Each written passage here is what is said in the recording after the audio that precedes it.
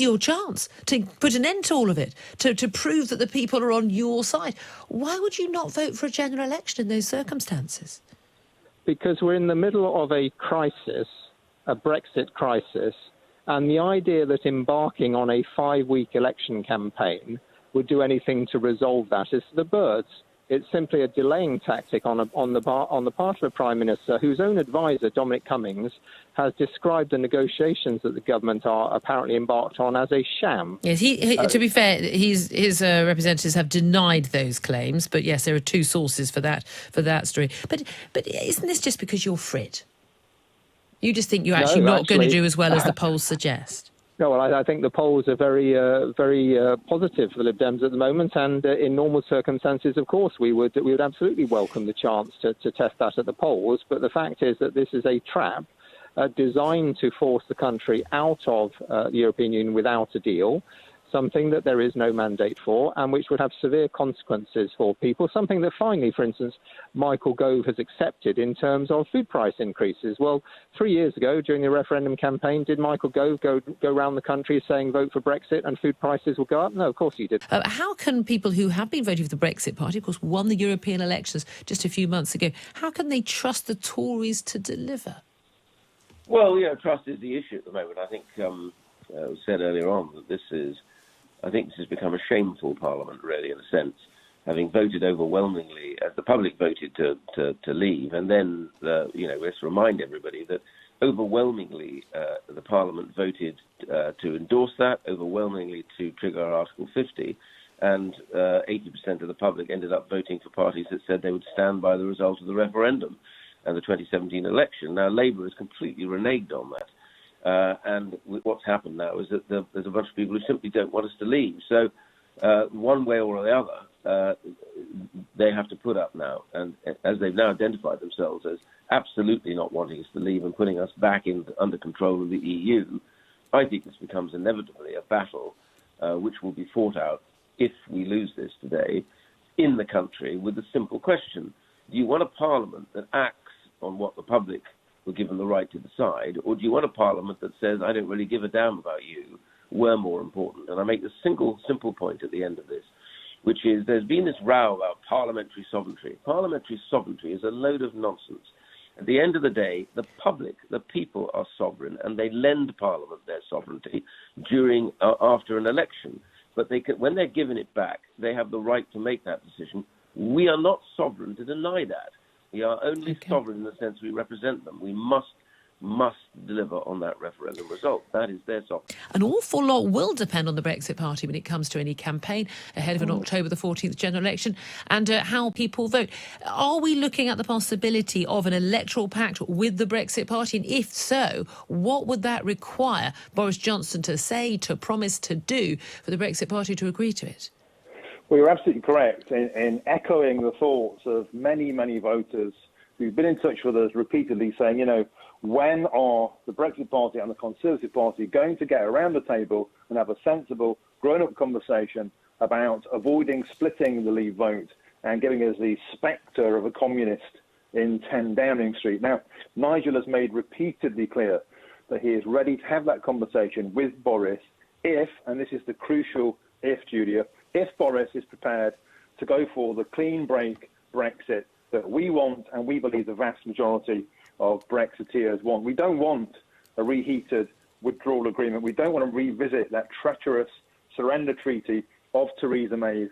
And I'm afraid if that's the route that Boris is going down, and the likelihood of an alliance diminishes, and we've said again, if that is the case, we'll be ready to stand in every seat across Britain. I myself am standing in Ashfield in Nottinghamshire, which is Gloria De Piero's seat, which is the key marginal seat. Historically, always Labour, almost went Tory at the Brexit election, or so we thought, in 2017. Those kinds of seats are absolutely key, and they are manifest across the UK, seats that are very much up for grabs. And these aren't seats that would always lend their votes to the Conservatives. We must remember this isn't a straight-up duke between the Brexit Party and the Conservative Party. There are many, many millions of Labour voters who would find it very difficult to vote for Boris, but would vote for us. So we still see ourselves as fundamental in this debate. We're ready to talk, but we need to be talking the right sorts of But language. this is it. There's an awful lot of Leavers who are very concerned that actually a worse idea for them than a 3-month extension or anything the Remain alliance could do would be a withdrawal agreement rehashed, reheated, a bit of Irish backstop taken out or pretended to be taken out, and then a worst case scenario. However, how are you going to be sure that the Boris Johnson, Dominic Cummings and all the others want the same kind of Brexit as you guys? And at which point do you actually pull that support? Because we could be in a situation where Remain parties stick together, perhaps have a non-aggression pact themselves, and even if they didn't, we could see Brexit Party taking far more votes from the Conservatives than any other party, that actually we end up with a stronger Remain count in Parliament than we've got right now, with 75% of MPs backing Remain. You could just be splitting the vote, cutting off your own nose to spite your face, and as many will have said before, if you want to have, this message that David Cameron gave after he promised to have an EU referendum when he was dealing with UKIP. If you want to have an EU referendum, you need to vote Tory, not UKIP. Boris Johnson can say if you want to have Brexit, you have to vote for the Tory party, not the Brexit party. There'll be a lot of Brexiteers, a lot of Leave voters who'd go for that. Yeah, look, the bottom line is that my nightmare is Corbyn in number 10. I'm a Labour voter all of my life until the Corbyn years. Corbyn is a Labour party I could never, in good conscience, ever vote for. And that is echoed across the land. And you are correct to say that nobody wants that. And so the time for a conversation would seem to be upon us. And as I've said, we are prepared to do that. But there is still the lingering doubt, not just amongst Nigel Farage, myself, and Brexit Party HQ, but among millions of voters, that we are heading for a watered-down Brexit in name only. And now it's okay to say, well, you're Brextremists.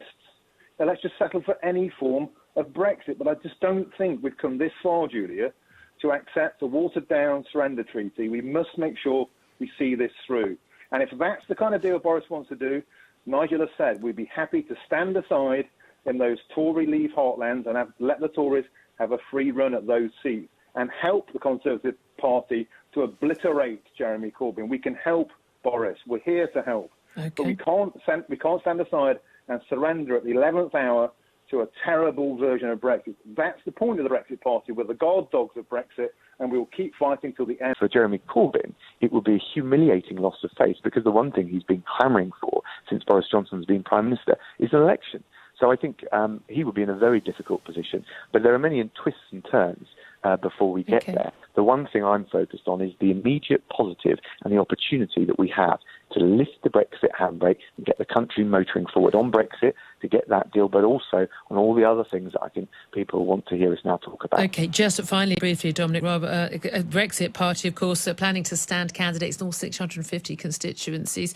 They've said, look, they're willing to look at a pact if there's a promise that it will only be a no-deal, clean break Brexit, not a reheated withdrawal agreement. You voted originally against the withdrawal agreement. You resigned the government over the withdrawal agreement. In which case, would you be willing, as Foreign Secretary, to have a pact with the Brexit Party, a non-aggression pact, not standing against each other, to make sure your votes aren't effectively cancelling each other out and leaving us with a Parliament come October the 15th, which is even more staunchly Remain than it is already?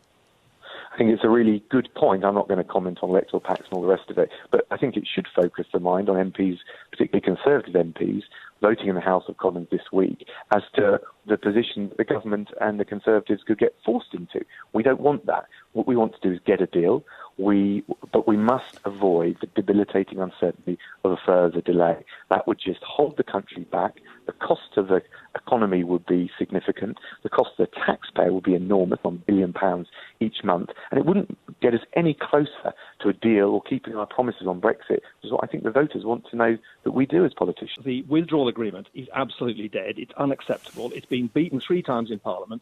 The one time the withdrawal agreement presented to the country, it was spectacularly voted down, with the Tory party crashing to 9%. So the withdrawal agreement is dead. Boris has said that, and he wants to move on, leave on the 31st of October, and that was his base on governing. If he can't get that through, I think probably it is inevitable there will have to be an election, because what we're going to have now is absolute, total stasis. We will have this ridiculous bill going through today, if it goes through, which takes away powers from the government and goes on, as you quite rightly said, endless extensions in the power of the European Union. Now, the one thing that's really damaging the country, and lots of people listening to your programme now will know, is the uncertainty. If we had left as Mrs May promised on the 29th of March, I personally believe this whole saga would be looking back after summer holidays on it. What on earth is all that about? Because the economy is growing, we're attracting huge amounts of foreign investment. All that is moving on. It's the uncertainty now that's killing us. And what this huge row about in economics is the fact that we're arguing about a failing customs union, which we want to escape from, to which our goods exports represent last year 8% of GDP and our services exports about 5%. So it's 13% of our GDP. And we're having this titanic constitutional struggle about. My position has always publicly been that I think we should remain in the European Union.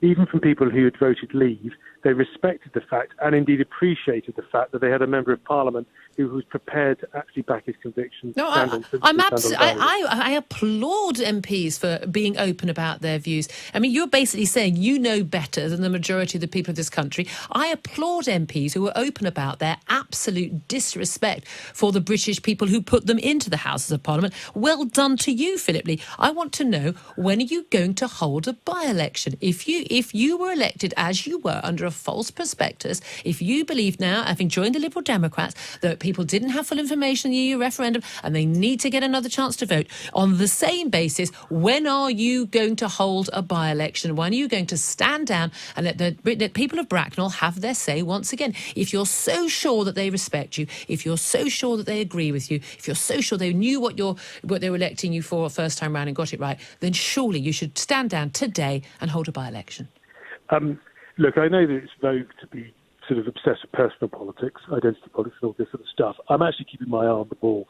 I don't think no deal Brexit is in the best interest of my constituency. The businesses in my constituency, my constituents. It's up to them, isn't it? It's up to me. Do you know better than them? I've been entrusted with the responsibility to represent their best interests. As regards the by-election, we don't need by-elections. We don't actually need general elections at the moment. We should concentrate, this Parliament and this administration, on sorting out this Brexit impasse. If there's a general election, I'm ready to fight it, and fight it as a Liberal Democrat proudly. But at the moment, I think we need to concentrate on the issue at hand, which is stopping a no-deal Brexit, which does not have the explicit informed consent of the British people. Oh, again, and you don't have the explicit informed consent from your constituents, but you're not going to stand down. Can you ask about one other question as well? You've joined the Liberal Democrats. Can you tell me in what way are you either Liberal or a Democrat? You clearly don't believe in the outcome of the EU referendum. You don't want to hold a by-election. So Democrat is a questionable title. Liberal, we've already seen resignation of a representative of the LGBT Liberal Democrats over the fact that you don't have Liberal credentials. You, for instance, abstained on the vote on gay marriage and the like. So can you tell me on what basis you are a Liberal or a Democrat? I would point you to, I'm sure you have read my statement on the vote on gay marriage and the position I took, and I'm sure you've also read the article I wrote in the Independent around the amendment that I attached to an immigration bill, a probing amendment, which actually was a public health issue, not an equality issue. You were concerned about people having HIV, being tested for HIV before entering the country. Yeah, no, that's actually, I think you should read the article, and I think everybody who's making allegations online, scurrilous allegations, should read the article first, and then you will see that actually the purpose of that amendment, amongst other things, was protecting vulnerable groups from blood-borne viral illness. I was actually discharging my responsibility as a doctor under General Medical Council Code, as was that consultant neurologist who was rudely spoken to by Jacob Rees-Mogg yesterday on LBC. Doctors are held to a very high standard, and I was putting my patients first when I probed that amendment, not anything to do with equality. I firmly believe in the equality of homosexual and heterosexuals in law and in every other way. Why did you decide that voting against the government, voting with Jeremy Corbyn and other opposition parties to delay over Article 50 was worth doing in terms of losing the whip of the Tory party and indeed effectively wiping out the government's majority? Because, Julia, I believe in a Brexit that is stable and brings the country together and that can actually last. And therefore, I believe that we've got to get a Brexit deal. And I think no deal sounds good if you say it quickly, but it's actually going to lead to years of uncertainty. a lot of division, and it won't create a stable foundation for our future. So we've got to do this properly. Do you trust the Prime Minister, or not trust him when he says he is aiming for a deal? Because I mean, one of the fears of many Leave voters is actually that he is aiming for a deal, something like a warmed-up withdrawal agreement with the Irish backstop taken out, and not a no-deal Brexit. You say a Brexit you want that's stable, that can last and bring people together. We know that there is no version of Brexit that's going to unite the whole country. There will still be a huge percentage of people, whether it's between 20 or 40 or whatever, or 50%, who don't want Brexit of any sort. Whether it's a deal or a no deal, it's not going to please those who still think we should remain. So is it possible to have a deal, even if you trusted the Prime Minister to deliver one, that could actually bring people together? Well, firstly, I don't think any new deal is coming out of Brussels. So I think the negotiations with Brussels are a sham. There's no way that Brussels is going to remove the backstop. So if you want a deal, you take the withdrawal agreement, which was Theresa May's deal, where you and I disagree. You don't like that deal. The House of Commons disagrees. It's voted down. Well, the House of Commons also disagrees with no deal, has repeatedly rejected no deal. The fact that the House of Commons has rejected something is true of everything. That's not an argument against it, right? That would be equally an argument against your beloved no deal, which has just been rejected repeatedly by the House of Commons. But the advantage of the withdrawal agreement is that it has a transition period in place for 2 years where everything remains the same. It provides the opportunity to protect our car industry and our agriculture, while at the same time giving us control of our borders, taking us out of the European Parliament, taking us out of the Commission. And I think that's something that Remain voters would recognise as being a reasonable, pragmatic solution. Not all Remain voters, you're right, there might be 20% who just don't accept Brexit at all, but there will be some who will feel, OK, I voted Remain, but I accept the result of the referendum, so let's do this in a moderate and sensible way. Well, you say in a moderate and sensible way, but you say the negotiations are a sham. But if there is no new deal to come out of Brussels, if the withdrawal agreement has been rejected 3 times, it's not going to go through. We're never going to have any agreement. No, it will go. Julia, it's more likely to go through than no deal, I can assure you. Because neither of them are likely to go through. That's the reality. But surely, Robert Stewart, what you're saying is when you're voting to delay like this and when you're voting to stop a no-deal Brexit, preventing the ability to negotiate a deal to basically... There's no negotiation. There is no negotiation happening. The Sherpa turned up in Brussels last week with nothing. There are no proposals. This is all a sham. But are you not also effectively saying we'll have no Brexit at all? No. I strongly believe in Brexit. But this whole strategy from the beginning that Boris Johnson has been pursuing has been a recipe for delay. The way to get Brexit would have been to vote for the withdrawal agreement on the 31st of March. We could have been well out by now. We would have been 6 months into negotiating our future arrangements. Now. Well, let's return to it again. It's the quickest, surest way of doing it. We've got the deal on the table. Let's vote for it and get it through. Liberal Democrats, who you sided with last night, aren't going to vote for that. The Labour Party, who you sided with last night, aren't going to vote for that. The SNP, who you sided with last night, aren't going to vote for that. There's a lot of Labour MPs who will now vote for the withdrawal agreement. I was just talking to Stephen Kinnock here.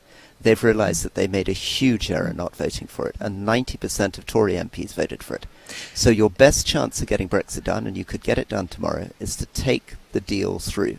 But trying to push for this fantasy called no deal is a recipe for further uncertainty and further delay. What the Prime Minister decided to do in making the vote on Tuesday a confidence matter was no different, frankly, than what John Major did when Kenneth Clarke was in his government in the 90s when he made the Maastricht vote a confidence vote. You say to Conservative MPs, this is so important, so central to the government, if you don't support it, you can't continue to have the Conservative whip. And everyone knew that was the position. So as long as they're warned in advance? And I think if you flip it, well, Boris Johnson's view, and I agree with him, is that they've effectively cut the legs from his negotiating position. And there's no prospect of the European Union giving us a deal, I think now, without us going back to the public. But remember, Boris Johnson was also very clear in the House of Commons on Tuesday that he's going to be as firm the other way round. So if he comes back with a deal, he's also going to say to Conservative MPs, this is a confidence matter. I expect you to vote for this deal. And if you don't vote for it, I will be as firm with you as I have been with those who've weakened my negotiating position. And I think as long as it's fair and you're saying to both views, if you like, this is so central to the government's view, it's absolutely critical, you have to support us, and that's done in an even-handed way, then I think that is a perfectly reasonable way for the Prime Minister to behave. In terms of how a non-aggression pact would work, it doesn't need to be anything formal. It would involve, though, Tory candidates standing aside in some constituencies and the Brexit Party not standing against, for instance, people like your brother. I think that if the Remain alliance, as they did in Wales, are going to unite and stand... The Brecon by-election. Absolutely. Yeah. If they do that, that the only option that's fair to give to the British people is the equivalent on the Leave side, and to make sure that two very strong Leavers aren't up against each other in the same constituency. But the public need to have real democracy, and just saying we won't stand, the Tories are all right, without knowing, we don't know at the moment what kind of deal they're going for, whether it's no deal, which is what we support, or whether it's some kind of fudge along the lines of the previous withdrawal agreement that still wouldn't be acceptable. And this is the big concern, I know, for a lot of Leavers that I speak to. It's one of my concerns is that actually we effectively end up with a withdrawal agreement light, take a bit of the Irish backstop out, probably with a bit of fudge. We're still in the customs union, still in the single market. It's not what I voted for, but again, we're obviously told we didn't know what we voted for. With all due respect, no one is predicting the Liberal Democrats are going to be forming the next government, in which case you are putting Jeremy Corbyn into number 10. Does that sit well with you? Absolutely nonsense, Julia. You're going to be the next Prime Minister, are you? I'm running to be the next Prime Minister. You might well be running to be the next Prime Minister, but there's not... I mean, I know the polls don't always get it right, but they don't always get it that wrong. Well, I think the other day there was a poll that suggested that more people thought I'd do a good job as Prime Minister than Jeremy Corbyn. Well, I think most people would agree with that. Well, in which case, if it's a choice between Boris Johnson and Joe Swinson to be the next Prime Minister of the country, let's have that debate when we have a general election. And if you say about predictions, I'd just like to say most people who make political predictions have rather revised their view of how accurate they are. So I think we're in a very volatile time in politics. I think we're at a period of seismic change. I think there are millions of people in our country who are looking for an alternative that will stand up for people who are Remainers, who want to stay in the EU and who have liberal values. That's why thousands of those people are joining the Liberal Democrats, and indeed that includes new MPs joining the Liberal Democrats. We've seen that in recent days. The country. But given that he resigned from the last government over the issue of Europe, given that he is a staunch Europhile and he doesn't believe that we should leave with no deal, he should never have been given a job in the first place, should he? Wasn't this just a little bit of old Etonian nepotism going on? And actually it was a very poor decision by Boris Johnson to have appointed him in the first place. Well, actually, I'm very sorry that Joe Johnson has decided that he's not going to stand as an MP.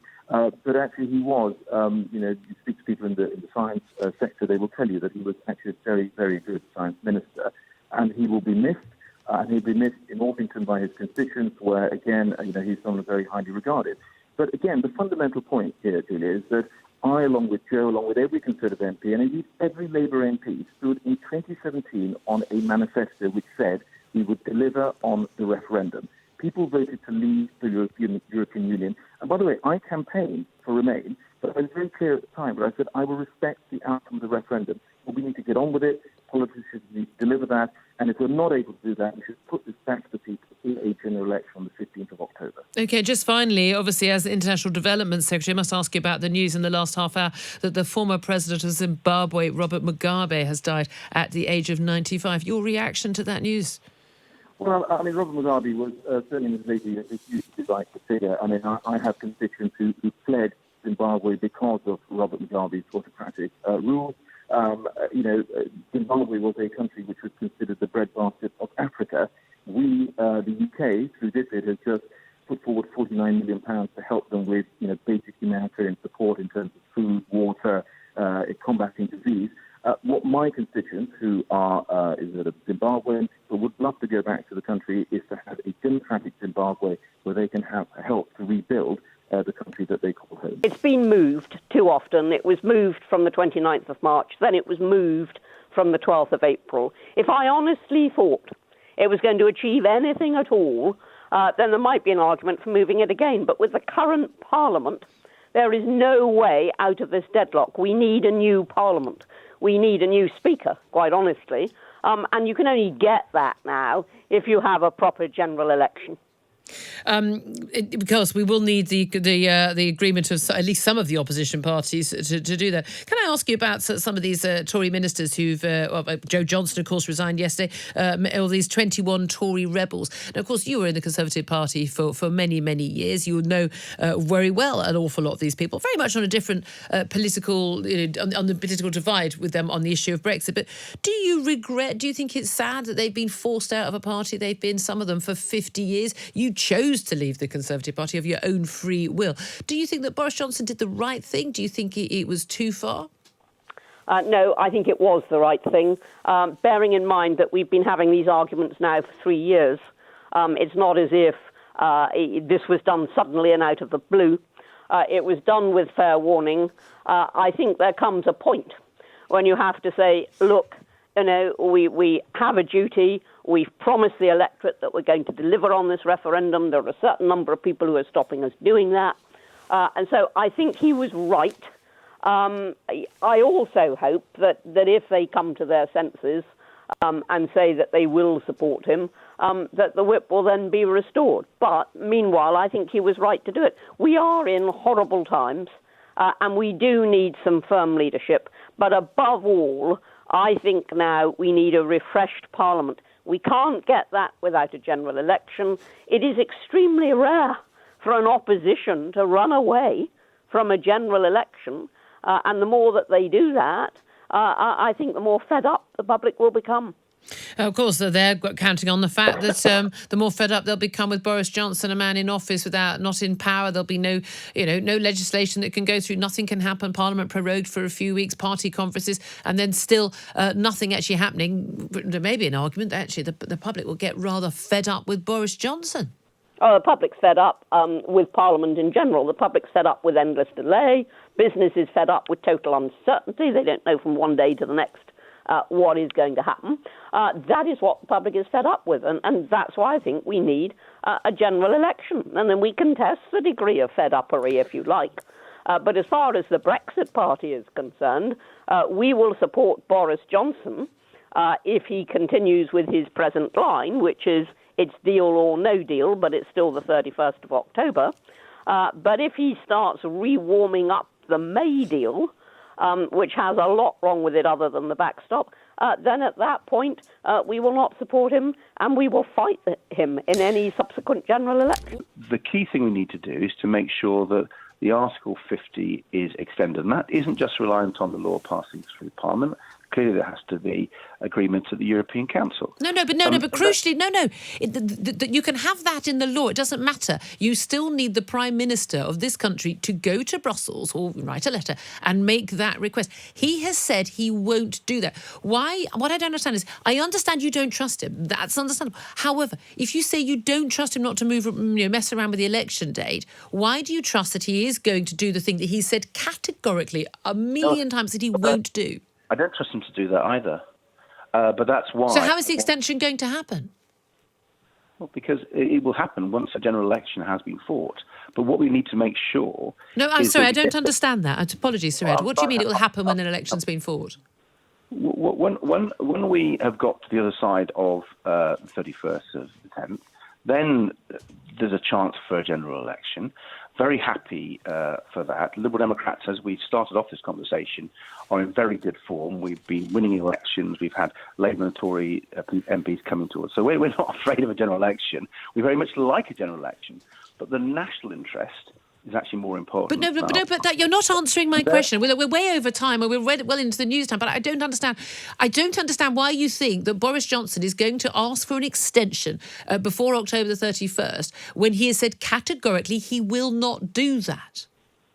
Well, Parliament is making very clear to the European Council our position. And I think the European Council trusts us rather more. European Council doesn't. There is nothing within our laws that allows Parliament to ask that. The executive branch of government has the only sole right to go and do that. If he has said he won't do it, why are you trusting that Boris Johnson will do that? You think the European Council will grant an extension that the Prime Minister of this country hasn't asked for? I believe they will show us the courtesy of respecting Parliament. They are made up of ministers, government ministers who've been elected, who represent parliamentary democracies, and they will see that our Prime Minister is weak, has got no support in Parliament, or has lost the control of Parliament, and that Parliament, the British Parliament, which is, after all, is the sovereign Parliament. Let's remember this is what it's supposed to be all about. No, it's not. It's about sovereign British people. It's not about sovereign Parliament at all. You know that. Well, parliamentary sovereignty is rested on the people, and the people elect you, but we're not getting a chance to elect you. Well, let me just answer the question. It's always quite nice if you ask people on to give them the courtesy. No, but you're not. No, but Sir Ed, I've asked you the same question 3 times, and you're not answering it. This is the thing. It doesn't. Your position is that we don't trust Boris Johnson to not mess around with election day, but we do trust that he will do the one thing he has said categorically he will not do. And you're saying then, oh well, he doesn't even need to go and ask for it. Parliament's voted, and the European Council will just do what we've asked. There is no constitutional basis on which that can happen. Of course, we can make sure that this Prime Minister is completely saddled, and people know that. And given that he is the least trustworthy Prime Minister ever, I think people in Europe, people across the country will see that. What have you made of his job so far as Prime Minister? Well, it's turned out pretty much as you'd expect, that he's always been a fantasist. He's never had much grip of reality. He was a brilliant journalist, and when I wrote a book about my time as editor of the Daily Telegraph, I included him. I said he was one of my favourite colleagues because he did a wonderful job for us as our correspondent in Brussels. But if somebody had said to me all those years ago that Boris Johnson wanted to be Prime Minister or be Prime Minister, I'd say anybody who made Boris Prime Minister must be out of their mind, because he is, for a start, he's completely self-obsessed. That I do think we should reasonably ask. No, I don't think that's true. I think that most senior politicians I've known of all parties, they do have a real sense of the national interest, the public interest. With Johnson, everything's always been about Johnson. And the only people who think he's a nice guy are those who don't know him. And need I say more about his brother yesterday? And his brother agreed to. Hold on a second. His brother agreed to serve in his government. And then he on a commitment to deal or no deal, and then decided he couldn't stand by his own promise. I mean, the trust issue there is surely Joe Johnson, not Boris Johnson. With Joe Johnson, I think, has shown himself to be a man of integrity. Well, he shouldn't have taken the job then. Why did he take a job in his brother's government? I think it's probably true that he wanted to show willing to his brother, and then when he sees his brother throw out some of the most distinguished people in the Tory party, people with a far longer record of service than Boris Johnson has ever had, no, I think it's heartbreaking. But I hope, for the sake of our poor country, that Johnson turns out to be all the things I didn't think he was. I hope things turn out better, because what's going on is so serious that nobody, certainly including me, could want Johnson to fail. And I personally think Brexit is going to happen. I'm not one of those sort of fanatics who thinks that somehow one can stop this. I do believe it's going to happen. And I think we've got to try and make the best of it. But the idea of Johnson as Prime Minister, I think he's less fit to be Prime Minister than my Labrador.